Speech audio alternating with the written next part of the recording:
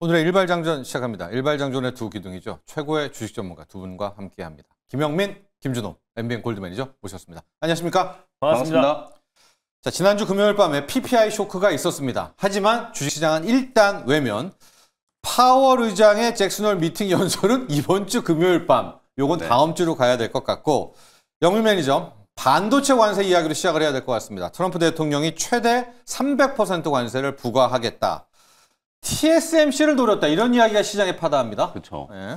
일단 뭐 제약바이오 업종에 대한 이제 관세 엄포하고 거의 비슷한 성격이라고 이제 봐야 될 것 같아요. 어차피 이제 리쇼어링, 특히 이제 미국 내에 투자를 이제 촉진하기 위한 이제 품목 관세 전략이다라는 걸 이제 감안을 하면은 우리 국내 기업들은 뭐 삼성전자나 SK 하이닉스 구체적인 이제 투자 계획을 밝히진 않았습니다만 지난주 이제 언론 보도 나온 걸 보면 삼성전자가 당초에 이제 파운드리 2공장 테일러에서 2공장 이제 투자가 한 35억 달러 정도, 350억 달러 정도 규모였는데 이게 500억 달러를 넘어갈 수도 있다. 뭐 이런 이제 전망이 나오고 있거든요.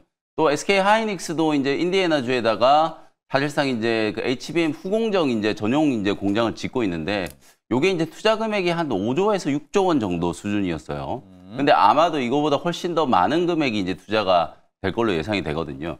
근데 아무래도 지금 TSMC 같은 경우에는 투자를 한다라고는 하는데 이상해요. 트럼프 대통령의 네. 이제 기대보다는 네. 투자 금액 자체가 이제 못 미치고 있는 거예요. 그리고 지금 인텔 관련된 얘기 많이 나오잖아요. 많이 나와요. 사실 이제 중국에 뭐 H20 수출하면은 그거 15% 미국 백악관에서 떼간다, 정부에서 떼간다, 막 이런 얘기도 있었고 인텔 지분을 미국 정부에서 인수를 한다. 이게 사실은 원래는 이제 TSMC에다가 인수를 하라고 했는데 네. TSMC가 이제 고사를 하다 보니까 미국 행정부가 이제 직접 인수하는 방안까지 이제 검토가 되고 있거든요. 이런 식으로 뭔가 이제 트럼프 대통령이 의도하는 대로 TSMC가 이제 안 따라오다 보니까 그거죠. 대만하고는 아직 이제 상호관세 협상도 안 되어 네. 있잖아요. 그러다 보니까 TSMC를 이제 좀 타겟으로 해서 300% 이제 관세. 아무래도 뭐 지금 미국 내에 이제 투자를 가장 좀 많이 할 수 있는 기업도 TSMC고 실제로 미국 내 이제 반도체 이제 공급망을 감안하면 뭐 엔비디아를 포함해서 미국의 빅테크 기업들이 대만의 이제 TSMC 파운드리에 상당히 지금 의존을 많이 하고 있는 상황이기 때문에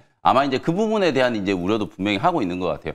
한편으로 봤을 때는 또 삼성전자 파운드리 쪽에는 기회가 이제 될 수 있는 그런 부분이라고 보시면 되거든요. 네. 결론적으로 말씀드리면 어쨌든 이제 트럼프 대통령이 막 200%, 300% 이렇게 상상하기 좀 어려운 이제 관세 얘기를 꺼내는 이유는 실효성을 이제 따지는 것보다는 미국 내 이제 투자를 촉진하기 위한 거다. 그래서 우리나라 반도체 기업들도 지난 주말에 이제 미국의 반도체 기업들이 약간의 이제 조정이 좀 들어왔었기 때문에 일정 부분 좀 영향을 좀 받겠습니다만 충격은 상당히 좀 제한적이다. 왜냐하면 이미 수개월 동안에 트럼프 대통령이 취임하고 난 이후부터 계속해서 이제 반도체와 의약품에 대한 이제 품목 관세 얘기는 시장이 좀 파다하게 퍼졌던 부분이고 그리고 만약에 200% 300% 관세가 실제로 부과된다라고 하더라도 공장을 투자하는데 시간이 걸리기 때문에 네. 그 시간을 뭐 최소 1년에서 18개월까지 이제 유예를 해주는 그런 이제 단계적인 조치가 될 가능성이 좀 높기 때문에 우리나라 반도체 업종의 실질적인 피해는 좀 최소화되지 않겠는가 이렇게 이제 정리를 할 수 있을 것 같습니다. 준호 매니저 바로 이겁니다. 지금 뭐 시장에서는 인텔을 미국 정부가 지분을 인수한다라고 했는데 방금 영민 매니저도 이야기를 해주셨지만 원래는 TSMC한테 마치 신일본 제철처럼 49%를 사가라 하는데 말을 안 듣고 있습니다. 왜냐? 갑이니까. 네, 그렇죠. 끝까지 말을 안 들으면 지금 대만도 도매급으로 같이 트럼프한테 당하고 있는데 끝까지 말을 안 들어서 300% 맞으면 어떡하죠? 엔비디아까지도 이게 오는 거 아닙니까? 근데 뭐 바이오도 250% 한다고 하고 또 반도체도 200에서 이제 300%라고 하는데 예전처럼 딱 정확한 시기를 말을 안 하는 것 같아요. 그리고 이제 처음에는 이제 소폭의 어떤 관세를 올리겠지만 결국에 200에 300%까지라는 거는 결국 이제 TSMC를 강력하게 이제 압박하는 그냥 수단용이라고 좀 판단이 되고 있고요. 그래서 아무래도 이제 TSMC가 지난번에 인텔 관련된 파운드리 사업부를 인수하려는 것도 무응답으로 지금 하고 있고 또 실제로 지금 이제 미국 쪽의 어떤 투자도 지금 아직 계속해서 어떤 강력한 발표를 안 하고 있는 상태이다 보니까 결국 이제 트럼프 입장에서는 더욱더 좀 강력한 조치가 계속 나와주고 있다라고 좀 판단이 되고 있고 그래서 이번에도 이제 반도체 관세 얘기를 하면서 애플의 어떤 선례를 들었어요. 애플이 네. 6천억 달러를 투자를 언급을 했고 또 결국에 자동차와 AI 공장 수백 개의 공장들이 미국으로 들어오고 있다라고 압박하면서 앞으로 향후 뭐 빠르면 다음 주, 늦으면 다다음 주 안에 반도체 관세를 뭐 이제 올릴 수 있다. 처음에는 미비할 수 있지만 결국에는 200% 300% 올린다라는 거는 결국 이제 TSMC를 겨냥해서 굉장히 이제 투자 압박을 좀 가하고 있다라고 좀 보고 있습니다. 그래서 그런 관점에서 국내 기업들은 아무래도 좀 대규모 투자를 하고 있고 또 반도체와 바이오 그 외적인 부분들도 이제 최애국주의를 계속해서 이어질 수 있다라고 지금 이미 한미 지금 관세 협상에서 나왔던 부분이다 보니까 그래서 우리 이제 국내 반도체 기업들의 영향은 다소 좀 제한적일 수 있다라고 좀 보고 있고 오히려 TSMC의 압박 수위를 계속해서 좀 올릴 수 있다. 사실은 이 반도체 관세를 200% 300%까지 올린다라는 것도 결국 이제 TSMC를 핀셋으로 겨냥한 게 아닌가라고 좀 해석이 되고 있기 때문에 그래서 오늘 이제 국내 반도체 섹터는 아무래도 그래도 관세에 대한 영향은 있기 때문에 지난번에 이제 바이오 섹터와 마찬가지로 전반적으로도 투심을 좀 악화시킬 수 있겠지만 결국에 저는 저 반도체 섹터 특히 이제 국내 기업들은 오히려 TSMC를 압박하면 압박할수록 또 반사 수혜를 얻을 수 있고 또 삼성전자가 파운드리 쪽에 또 강력한 투자를 또 하고 있는 상황이다 보니까 오히려 또 지금이 오히려 오늘 조정이 또 가파르게 나와준다고 했을 때는 오히려 그게 또 매수 기회가 아닌가 좀 보고 있습니다. 그렇습니다. 오늘은 아무래도 이제 반도체 업종이 조금 이제 영향을 좀 받을 수밖에 없을 것 같고 주말에 나온 보도를 보면 대만이 이제 굉장히 좀 부러운 게 대만은 사실 반도체 국가잖아요. 우리나라보다도 이제 반도체 비중이 훨씬 더 높은 나라라고 보시면 되거든요. 올해 GDP 성장률이 4%로 상향 조정이 됐어요. 4만 달러. 네, 그러니까 그리고 내년도가 되면은 이 정도 이제 GDP 성장 속도라면은 국민당 이제 1인당 GDP가 4만 달러를 넘어갈 거다. 이런 전망이 지금 나왔거든요. 그 정도로 이제 반도체 산업 하나 육성을 잘 해놓으니까 사실 지금 미국과 관세 협상이 잘 안 되고 있습니다만 한편으로는 미국에 대항해서 이렇게 적극적으로 협상력을 발휘할 수 있는 나라도 지금 대만밖에 안 남은 거예요. 유일한 감이에요. 유럽도 TSMC가. 굴복했고 일본도 네. 굴복했는데 네. 사실 대만 쪽만 아직까지 이제 협상력을 가지고 있는 거나 마찬가지거든요. 그런 측면에서 보면 우리나라도 이제 반도체에 대한 이제 투자 세액 공제라든지 이런 좀 적극적인 정부 차원에서 이제 지원이 조금 더 또 장려가 좀 돼야 되지 않겠는가 뭐 그런 것도 좀 덧붙여서 말씀 좀 드리도록 하겠습니다. 자, 두 분의 전문가는 이제 아주 언급은 안 하셨지만 TSMC한테 섣불리 300%는 못 매길 거다. 이게 돌아 엔비디아 칩까지 엄청난 영향이어서 자, 부디 TSMC가 적절한 선에서 좀 타협을 해주기를. 오늘은 그러나 좀 영향을 받을 수 있다는 얘기 K반도체 이야기를 해주셨고요. 바이오 이슈를 한번 가볼게요. 영민 매니저. 네. 노보노디스크의 그 메쉬 있잖아요. 이제 뭐 여러 차례 저희도 이야기를 했었습니다. 이게 비만뿐만이 아니라 지방 간의 간염에도 효과가 있다라고 하는데 이제 이게 공식적으로 나왔고 금요일에 시세가 좀 났습니다. 국내에는 어떻게 좀 돌아서 영향을 미칠까요? 일단은 이번 주에 이제 마운자로가 공식적으로 이제 나오고요. 출시가 좀 되죠. 여러분들도 아시다시피 사실상 이제 전 세계 시장, 특히 미국 시장에서는 일라이 릴리의 이제 비만 치료제 점유율이 노보노디스크 이제 위고비를 훨씬 좀 앞서고 있거든요. 실제로 임상 실험에서도 위고비 같은 경우에는 한 10% 초반, 한 12%, 13% 정도의 이제 체중 감량 효과가 있었다면 마운자로는 물론 용량에 따라 조금 다르긴 합니다만 20%가 넘는 이제 체중 감량 효과가 있었거든요. 그래서 이제 마운자로가 우리나라에 이제 출시되면 지금 현재 국내에서 위고비의 이제 비만 치료제 시장 점유율이 70%가 넘어가는데 아마 이게 굉장히 좀 빠른 속도로 재편될 수 있는 가능성이 높다. 그러다 보니까 이제 일라이 릴리 향 기업들이 지난주에 뭐 펩트론, 올릭스 이런 기업들이 주목을 좀 받은 거거든요. 실제로 이제 올릭스 같은 경우에도 메시 치료제인데 대사이상 지방간염 치료제를 이미 이제 일라이 릴리 쪽으로 거의 1조 원 가까운 이제 기술 수출 계약을 했고 특히 지난 금요일 날 이제 반기 보고서가 이제 공개가 됐는데 반기 보고서에 이제 부채로 인식되어 있던 것 중에서 실제로 현금 수령이 되는 게 있거든요. 그게 한 169억 정도, 그래요? 170억 정도인데 이게 뭐냐면 실제로 이제 계약에 대한 이제 선급금을 받은 거예요. 일라이 릴리 쪽에 이제 이미 기술 이전을 했기 때문에 그 계약에 대한 이제 선급금을 받고 로레알하고도 이제 또 탈모와 관련된 부분들 기술 협력하고 있잖아요. 그 두 기업한테 대략 한 170억 정도 현금을 좀 수령한 게 있기 때문에 아마 그 부분이 이제 부채로 인식됐다. 실제로 이제 임상 단계가 진척이 좀 되면 실제 대사이상 지방간염 치료제 같은 경우에 내년 1분기에 임상 1상이 이제 종료될 걸로 예상이 되는데 1상이 종료되면 부채가 이제 매출로 전환이 되면서 영업이익단에서 이제 그대로 인식이 좀 될 가능성이 높다. 현금 흐름 이제 소위 말해서 이제 돈 버는 제약바이오 기업에 대한 이제 가능성을 올릭스도 이제 엿보일 수 있는 그런 이제 단계라고 이제 보시면 되고 올릭스도 이제 비만 치료제 쪽으로 파이프라인을 계속 확장하고 있는 그런 단계거든요. 그래서 아무래도 이번 주까지도 지난 주말에도 또 드러켄 밀러가 일라이 릴리를 포트폴리오에 이제 편입했다는 얘기가 나오면서 릴리 주가도 이제 강하게 반등을 좀 했잖아요. 이제 그런 측면을 좀 감안을 해보면 아무래도 이제 이번 주에도 마운자로 이제 출시와 함께 얼마나 이제 빠르게 이게 이제 점유율을 확장해 나가는지가 이제 관전 포인트가 될 수 있기 때문에 펩트론, 뭐 올릭스, 그다음에 인벤티지랩, D&D 파마텍, 뭐 이런 이제 비만 치료제 진행의 종목들이 이번 주에도 조금 강한 흐름이 좀 나타나지 않을까 이렇게 전망을 좀 해보고요. 올릭스는 일단 6만 원이 이제 거의 사상 최고가 영역이라고 보시면 될 것 같거든요.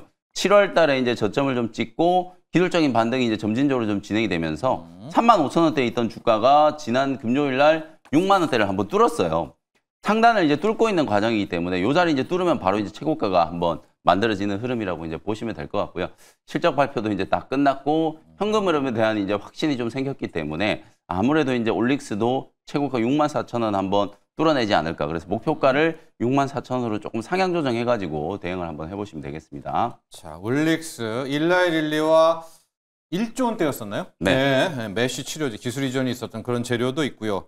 또 간밤에 지난주 금요일에 1112 노보노디스크 시세도 낮고요. 또 유나이티드 헬스케어 얘기 정말 많이 나오고 있습니다. 맞습니다. 워렌 버핏 해가지고 또 그 떨어지는데 베팅했던 그 친구까지 해서 지금 그루들이 다 유나이티드 헬스케어에 베팅을 했다라는 뉴스들 함께 지금 나오고 있어서 오늘 바이오도 함께 봐주시고요. 재건주를 한번 봐야 될 것 같은데요, 준호 매니저. 네. 저희가 일단은 지도를 하나 준비를 했는데 지금 우크라이나 협상이 어떻게 되고 있느냐. 저희 지도를 보게 되면 러시아가 영토를 달라. 그러면 휴전은 아니어도 자기네가 이제 평화협정은 맺어주겠다. 그때 달라고 한 지역이 저기 두 개입니다. 여기 도네츠크하고 트란스크라는 돈바스 두 개를 주면 나머지 페르손, 자포리자는 그냥 우크라이나 주겠다.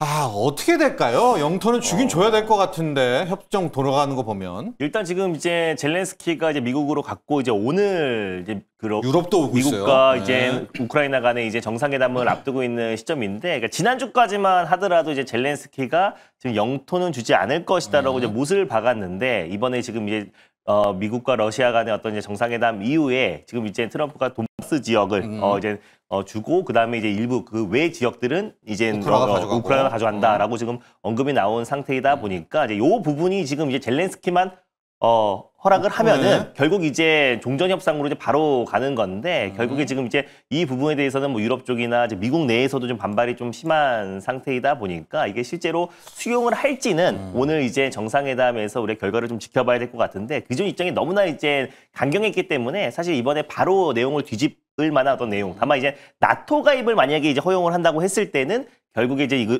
수용할 가능성이 좀 높지 않을까 좀 보고 있는데, 또 나토 가입을 또 이제 푸틴은 또 반발하고 있는 상태이다 보니까 이게 쉽게 진짜 트럼프가 원하는 대로 어떤 이제 종전으로 갈 가능성은 좀 낮지 않을까라고 좀 보고 있는데, 그래서 아무튼 이번에 있을 지금 미국과 또 이제 우크라이나 간의 어떤 이제 협상이 굉장히 좀 중요한 시점이 아닌가라고 좀 보고 있고, 그래서 나토 가입만 아마 해주면은 결국 젤렌스키도 결국 돈바스 지역은 내주지 않을까라고 좀 보고 있는데, 그랬을 때는 이제 원하는 것 같아요. 맞습니다. 그래서 결국 이제 나토에 가입하면 또 이제 러시아 입장에서 또 불편한 부분이 분명히 있기 때문에 아마 요 부분이 어느 정도 좀 협상이 잘 이제 물밑 협상이 잘 돼서, 그래서 젤렌스키와 이제 불러들어서 직접적으로 좀 토론을 하지 않을까 좀 보고 있는데요. 그래서 강력하게 이제 원래는 휴전을 하고 나서 이제 협상을 진행하려고 했는데, 다시 한번 지금 이제 원샷 종전 협상으로 좀 갈 가능성이 좀 높기 때문에 아무래도 요 부분은 어느 정도 좀 조율이 되지 않을까. 그래서 어느 정도 영토를 내줄 수밖에 없는 상황이다 보니까 결국 돈바스 지역을 내주고 나토 회원국에 가입하면은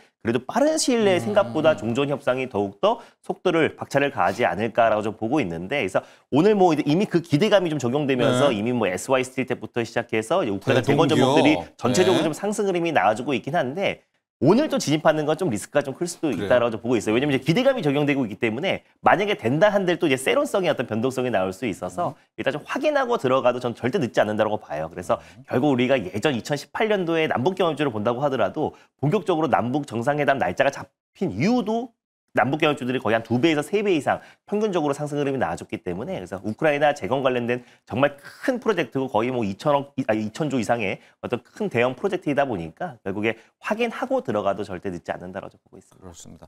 자포리자라든가 저 헤르손 저쪽만 해도 먹을 게 있죠. 우리 K 재건주 입장에서는. 맞습니다. 아마 그렇습니다. 그래서 원래는 다 뺏기면은 우리 K 재건주는 효과 없다. 막 이런 부정적 보고서 나왔는데 지금 시장도 요대로만 좀 되면 나름 먹을 게 있다라고 판단을 한 것 같습니다. 지금 현대, 에버다임, 전진건설, 로버, SY 스틸텍, 또 대동기호 일단 좀 시세가 나고 있다는 거. 오늘 밤에서 내일 새벽 넘어가게 되면 아마도 큰 윤곽과 함께 불확실성 해소가 나오게 될 것 같습니다. 자, 이제 특징적인 종목 두 종목을 보도록 할 텐데요. HMM하고 CJ를 함께 보도록 하겠습니다. CJ는 실적 발표도 됐는데 HMM은 영민 매니저로 가도록 하겠습니다. HMM이 지금 12% 정도입니다. 이 무거운 종목이 이제 프리마켓에서 지금 12% 정도 이제 급등이 나오고 있는데 골자는 또 주주 환원 정책이에요. 실제로 이제 연초에 HBM이 2조 5천억 원 정도 규모로 이제 주주 환원 정책을 실시하겠다라고 이제 발표를 했는데 이게 바로 이제 상법 개정안의 효과라고 보시면 되겠죠. 그리고 이제 지난 금요일 날 HMM에서 이제 2조 원 정도 규모의 자사주 매수 계획이 이제 발표가 됐죠. KB증권을 이제 주관사로 이제 해가지고 2조 원 정도 이제 매입을 하고 다음 달에 이제 바로 소각을 하겠다라는 이제 발표를 하다 보니까 주가가 급등세가 이제 나타났어요. 상법 개정과 관련된 이제 이슈 때문에 그동안에 주가가 크게 오른 부분이 있었는데 최근에 개정안이 정작 이제 국회 통과하고 난 이후에는 조정을 좀 상당히 좀 많이 받았잖아요. 그러고 난 이후에 실제 이제 실행 계획이 이제 구체적으로 발표가 좀 되면서 주가가 이제 급등세가 연출이 좀 되고 있다라고 보시면 되겠습니다. 딱 박스컨 트레이딩을 해야 되는 그런 위치라고 보여지고요. 26,000원 정도를 단기 고점으로 놓고 상승을 조금 열어놓고 대응을 좀 해보셔도 괜찮을 것 같다. 이렇게 전략을 좀 세워드리도록 하겠습니다. 늘 정부 지분 나올까 그런 고민이 좀 있는데 저 정도 시세 나오고 하는지 모양새 보면은 꽤 끝까지 갖고 갈 것도 같아요. 네, 그럴 것 같기도 하고 또 아무래도 이제 2조 원 정도로 자사주 계획을 발표를 했는데도 불구하고 현금 여력에 이제 문제가 없다. 없죠. 재무적으로 이제 탄탄하다는 걸 이제 보여주고 있는 상황이기 때문에 아무래도 이제 주가는 시장에서 좀 긍정적인 평가를 받을 수 있을 걸로 예상이 좀 됩니다. 네. 준호 매니저만의 CJ 보도록 하겠습니다. 보통 이런 지주사들은 알짜 자회사를 분할 상장할까 봐 떨려하는데 CJ의 CJB 올리브영은 오히려 맞습니다. 합병을 하는데 실적도 좀 괜찮게 나온 것 같죠, 오늘? 일단 뭐 지분만 지금 이제 51.2%를 보유하고 있고 이제 올리브영의 지분 가치만 지금 4조 5천억인데 지금 CJ의 시가총액이 4조 2천억이니까 극심한 저평가 구간이다라고 평가를 받고 있고요. 실적도 올리브영이 1조 4,600억 정도로 전년 동기 대비해서 21%까지 급증했어요. 최근에 외국인 인바운드, 특히 명동에 있는 올리브영이 한 2층짜리 건물이 있는데 거기에 정말 외국인들의 필수 여행 코스로 부각되면서 K뷰티의 어떤 판매량을 가장 많이 보이는 곳이 명동의 지금 올리브영이고 또 실제로 지금 이제 올해 그 9월부터 본격적으로 중국인 단체 여행객들이 거기 무비자가 시행이 되기 때문에 결국 3분기, 4분기에 올리브영의 어떤 매출은 거의 뭐 담보가 되어 있는 상태다 보니까 3분기, 4분기 매출 고성장은 훨씬 더 기대가 되고 또 그리고 이제 올리브영의 어떤 지분 가치만 본다고 하더라도 이미 CJ의 시총을 뛰어넘은 상태이다 보니까 결국 이제 그 지분 가치만 본다고 하더라도 지금의 가격은 너무 극심한 저평가 구간이다라고 보고 있어서 그런 관련된 어떤 저가 매수가 좀 강하게 오랜만에 유입되고 있는 시점이다라고 보고 있습니다. 여기에다가 이제 또 주주가치 재고라든지 결국에 또 이제 저 PBR 관련된 증시 부양책에 있어서도 지주사 관련 정보들을 관심 있게 봐야 되는데 그 안에서 CJ도 다시 한번 부각돼서 다시 한번 그 상승을 랠리를 이어갈 가능성이 좀 높다라고 보고 있고요. 그래서 올리브영의 어떤 가치만 본다고 하더라도 CJ가 다른 K뷰티 관련된 종목들 대비해서 상승폭이 좀 제한적이었던 부분들이 이제 시장에서 좀 관심을 좀 받고 있다라고 보시면 될 것 같습니다. 가격 전략 한번 봐주시죠. 왜냐하면 분명히 CJ 올리브영 그 이슈를 다 아는데 맞습니다. 시세가 좀 약간 박스예요. 그거는 좀 뭘까요? 약간 그동안 이제 지주사 관련된 섹터로 지금 조방원 관련해서 그동안 시장 상승을 견인했던 섹터들이 우리가 한동안 좀 박스 흐름 나와주고 약간은 좀 차익 매물이 좀 줄여되기도 있고요. 양도세 논란으로 인해서 외국인들이 어떤 이제 매도 물량과 차익 매물이 나와주면서 전반적으로 이제 지주사 전반적인 어떤 차익 매물이었던 거지 CJ의 어떤 개별적인 이슈는 좀 아니었다라고 보고 있습니다. 그래서 오히려 지금 이제 최근에 시장 여파로 조정이 나왔던 게 또 매수 포인트다라고 보고 있고요. 그래서 지금 한 3% 정도 상승 흐름 나와주고 있는데 저는 다시 한번 전 CJ가 올리브영의 어떤 지분 가치만 본다고 하더라도 충분히 좀 신고가 행진이 나와줄 가능성이 높다라고 보고 있어서 목표가는 일단 직전 고점 라인대였던 17만 7천 원 라인대 일단 한번 잡아보고 1차 목표가로 그리고 지금 가격도 한 3% 뜨고 있는 상태라서 충분히 좀 매수 가능한 시점이 아닌가라고 좀 보고 있습니다. 네.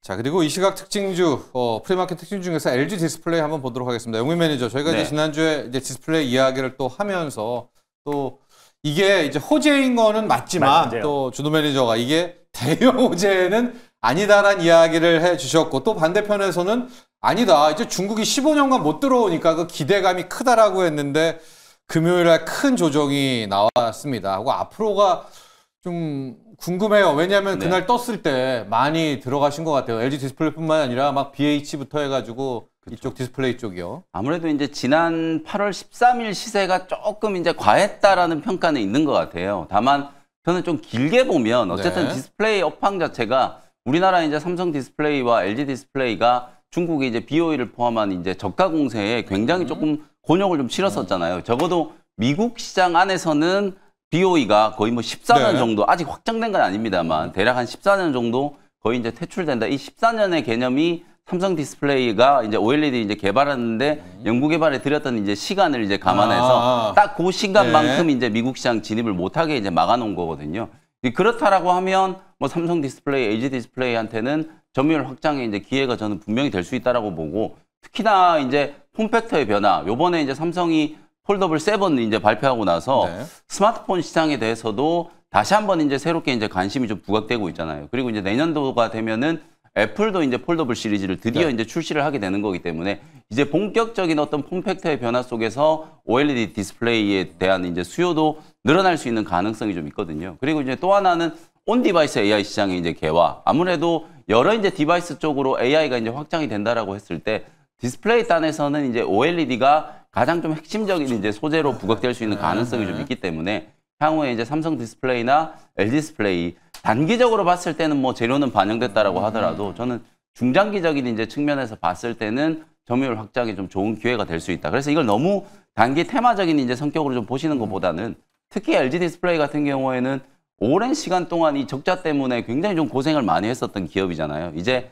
그런 측면에서 좋아질 일만 남았다. 우리가 네. 이제 자동차나 전기차 업종도 항상 이런 얘기 많이 말씀 좀 드렸었는데 업황적인 측면에서도 이제 좋아질 일만 좀 남았다라는 측면에서 LG 디스플레이는 여전히 좀 저가 매력이 좀 있다. 그래서 단기적으로는 변동성이 좀 커져 있습니다만 한 길게 보면은 한 14,500원 정도까지는 주가의 상승 여력이 충분히 좀 열려 있는 게 아닌가. 그렇게 이제 가격적으로는 전략을 좀 세워드릴 수 있을 것 같습니다. 중소형단에 있는 OLED는 어떻게 할까요? 거기도 15년 퇴출형이니까 그렇습니다. 좀 긴 호흡으로 갈까요? 아니면 LG 디스플레이 대장주 하나만 좀 볼까요? 가장 대표적으로 이제 BH죠. 그러니까 네. LG 디스플레이하고 중소형주 단에서는 이제 BH 정도 네. 이제 같이 보시면 될 것 같고, 어쨌든 방금도 말씀드렸던 것처럼 스마트폰 업황 자체가 좀 이제 작년까지는 좀 안 좋았었는데 올해 뭐 폴더블 시리즈도 그렇고 이제 애플도 새로운 이제 폼팩터 이제 공개가 좀 예정이 좀 되어 있는 상황이어서 특히 BH뿐만 아니라 LG 이노텍도 올해 굉장히 지금 좋은 시장 안에서 고전을 면치 못하고 있는 힘듭니다. 상황이잖아요. 근데 내년도에 이제 전망을 감안하면 이제 BH나 LG 이노텍도 실적 개선의 여지가 좀 있기 때문에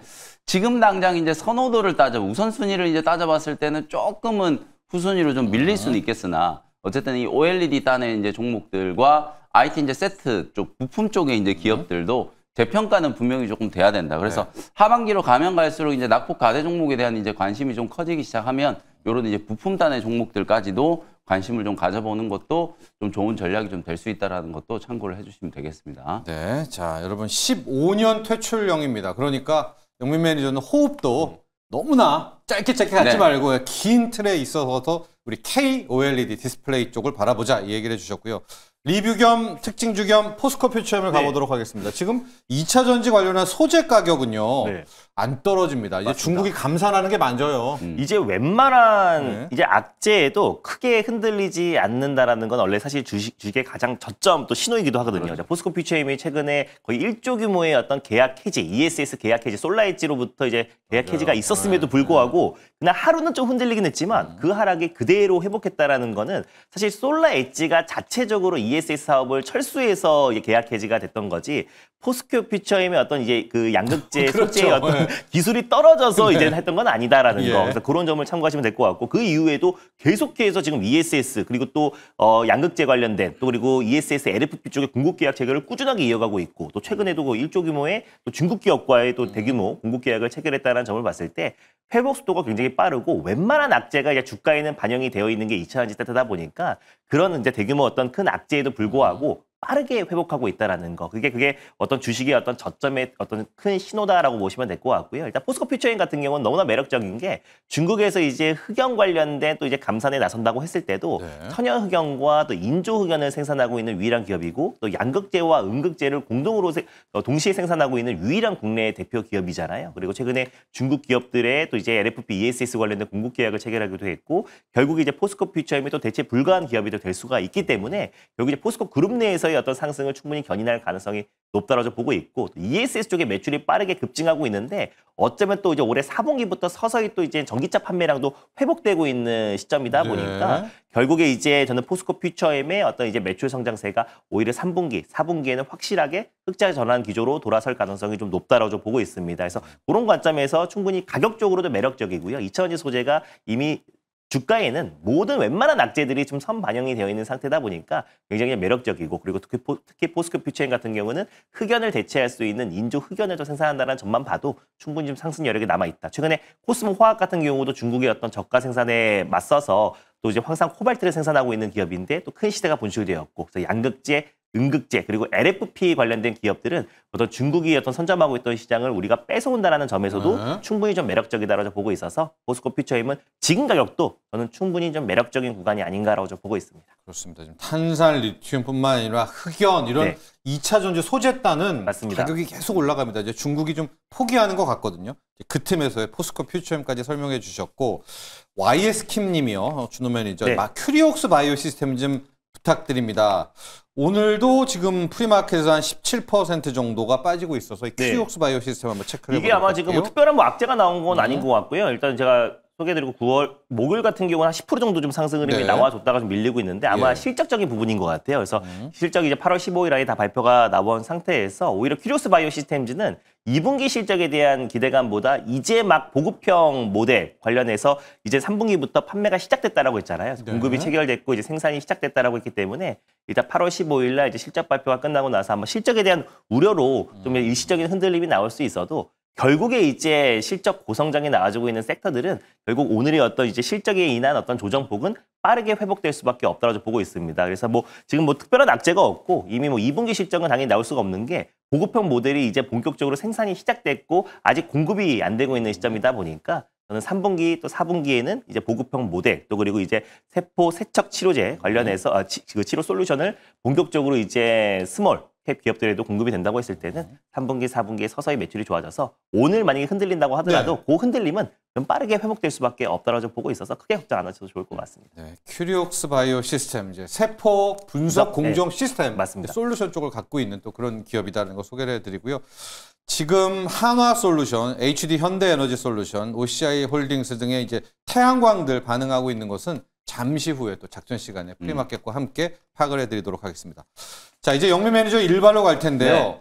영민 매니저 요즘에 이제 이 남자다. 이 네. 정면 승부 일발이 많아요. 맞습니다. 오늘의 제가 종목도 살짝 봤더니 아, 진짜 이건 완벽한 도전인데요. 한번 가볼까요, 오늘? 악재가 좀 크게 부각돼서 주가가 이제 급락했던 종목인데요. AS 겸 다시 한번 이제 공략 포인트를 좀 잡아드리기 위해서 좋습니다. 오늘은 인투셀이라고 하는 종목을 소개를 좀 해드리도록 하겠습니다.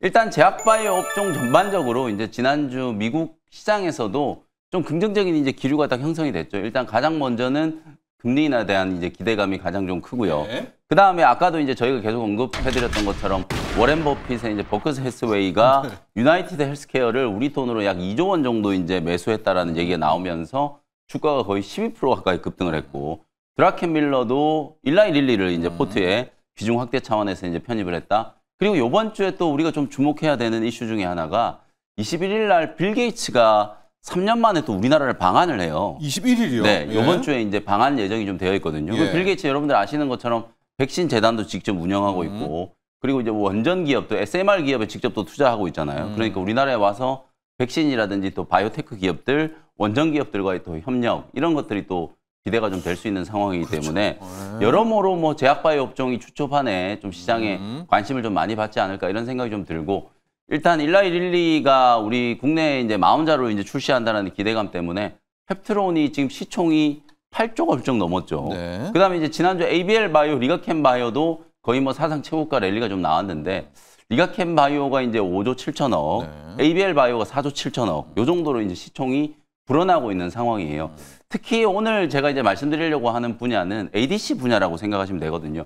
우리 철진 MC께서도 항상 잘 비유해 주셨던 것처럼 ADC는 유도 미사일이잖아요. 패트리어트. 패트리어트. 네. 이게 이제 어찌 보면 이렇게 생각하시면 돼요. 우리가 ADC가 이게 이제 A가 안티바디, 이게 항체의 약자거든요. 그리고 D는 드러그, 그리고 이제 C는 컨주에이트. 그러니까 항체와 약물을 접합시키는 기술이라고 보시면 네. 되는데, 항체는 원래 성격상 사실상 이제 항원, 암세포를 이제 찾아가는 능력은 굉장히 좀 탁월해요.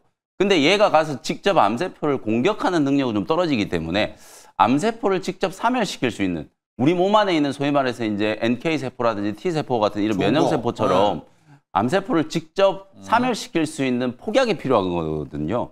그 폭약의 역할을 하는 게 바로 페이로드, 드러그의 이제 성격을 이제 갖고 있는 거라고 보시면 될 것 같아요. 그래서 이 항체가 이 페이로드를 싣고 암세포를 찾아가가지고 네. 얘를 이제 죽이는 거예요. 네. 엄청난 기술이죠. 네. 그리고 이 항체가 페이로드를 이제 싣고 갈 수 있게 네. 그걸 연결하는 기술이 바로 핵심이라고 보시면 되는데, 이게 바로 링커 기술. 그리고 이제 리가켄 바이오가 이 링커 기술 중에 콘주올이라고 하는 이 위대한 기술 플랫폼을 가지고 있기 때문에 전 세계 이제 ADC 시장에서 각광을 받고 있는 거라고 보시면 되거든요. 네. 그럼 제가 왜 이제 오늘 인투셀 얘기를 하면서 요 개념을 이제 설명을 좀 드렸냐면, 사실상 인투셀 주가가 이제 급락했던 이유가 수많은 이제 페이로드 중에 하나, 넥사테칸이라고 하는 이 페이로드를 ABL 바이오 쪽으로 이제 기술 이전을 했었는데, 네. 아쉽게도 이 물질 자체가 몇 개월 전에, 그러니까 ABL 바이오로 이제 기술 이전하기 몇 개월 전에 중국 기업이 먼저 특허를 등록했다는 게 뒤늦게 알려졌어요. 네. 그러니까 이게 뭐 의도적으로 이게 뭐 ABL 바이오를 속이려고 했던 것도 아니고, 제가 말씀드렸던 것처럼 이 결국 페이로드, 수많은 이제 페이로드를 확보하는 게 이 기업의 이제 경쟁력이라고 보시면 되거든요. 이미 많은 페이로드를 확보하고 있는데 그 중에 하나라고 할 수 있는 이제 넥사테칸이라고 하는 게 아쉽게 특허 문제가 제기가 되면서 ABL 바이오 쪽으로 기술 이전했던 게 반환이 됐어요. 계약 해지. 그 악재 때문에 이제 주가가 급락한 거지. 네. 사실 인투셀이 가지고 있는 다른 이제 페이로드와 관련된 이제 물질에 대한 이제 어떤 특허, 그 다음에 특히 링커, 오파스 링커라고 하는 기술, 요 기술 자체가 무용한 건 절대 아니거든요. 그런 측면에서 봤을 때 주가의 하락은 이제 충분히 좀 반영이 됐고, 실제로 금감원에서도 다른 이제 기술 이전까지 전수조사를 막 했는데, 아직까지 뭐 결과가 나오진 않았습니다만, 전수조사를 한 이유 자체가 너네 이거 이미 미리 알고 기술 이전한 거 아니냐, 이런 이제 의심을 살 수 있잖아요. 상황적으로 그렇죠. 봤을 때는. 그렇죠. 그러니까 그런 악재들이 모두 이제 주가에 다 반영이 되어 있는 상황이기 때문에, 사실상 제가 봤을 때 ADC 시장이 앞으로도 굉장히 좀 크게 성장할 수 있는 가능성이 있고, 일본의 이제 다이치 산쿄 에너2 여러분들 많이 들어보셨을 거예요. 네. 이 에너2가 이제 유방암 이제 특이로 사실상 이제 개발된 ADC 항암제라고 보시면 되는데, 이게 연간 매출이 지금 7조 원이 넘어가고 있거든요. 앞으로는 이런 이제 ADC들이 다양한 적응증에 상당히 많은 파이프라인들이 개발될 수 있는 가능성이 좀 높기 때문에, 리가켄 바이오라든지 인투셀과 같이 이렇게 많은 페이로드와 그리고 특히나 이 링커 기술을 보유하고 있는 기업들은 그 기업의 가치를 우리가 분명히 좀 인정을 좀 해줘야 된다. 그런 측면에서 봤을 때 인투셀은 앞으로 뭐 최근에 또 바이오 시밀러 연구 개발을 하고 있는 삼성 바이오 로직스의 네. 이제 자회사 삼성 바이오 에피스하고도 또 이제 ADC 연구 개발과 관련된 공동 협약을 체결을 하기도 했었거든요. 기술력에 대해서는 분명히 이제 인정을 좀 받고 있는 기업이기 때문에 네. 지난주 종가 기준으로 시총이 이제 3,800억 정도밖에 안 되거든요. 그 정도로 지금 저평가되어 있다. 사실은 리가켄 바이오도 5년 전에는 이런 단계로 네. 이제 시작을 네. 했었어요. 5년 전에 리가켄 바이오 주가가 뭐 막 5,000원, 7,000원 이랬으니까요. 그 당시에 이제 그런 잠재력이 지금의 이제 꽃을 피우고 있는 것처럼 인투셀도 제가 볼 때는 이제 중장기적으로는 굉장한 이제 기술적인 이제 가능성을 보유하고 있는 기업이기 때문에 악재가 모두 다 반영되어 있는 낙폭 가대 구간에서 오히려 이제 좀 접근해 볼 수 있는 좋은 기회가 이제 만들어지지 않았나, 이런 관점으로 이제 대응을 한번 해보도록 하겠습니다. 차트 보면서 이제 가격 전략 한번 설명드려 볼게요. 예. 말씀드린 그 악재 이제 ABL 바이오에 이제 기술 이전했던 게 반환되면서 여기서 이제 어마어마한 이제 장대 양봉을 두드리고 맞고 주가가 계속 밀렸는데, 지난주까지 이제 흐름을 보면 한 24,000원, 5,000원대는 지지력이 딱 발휘가 좀 되는 그런 모습이거든요.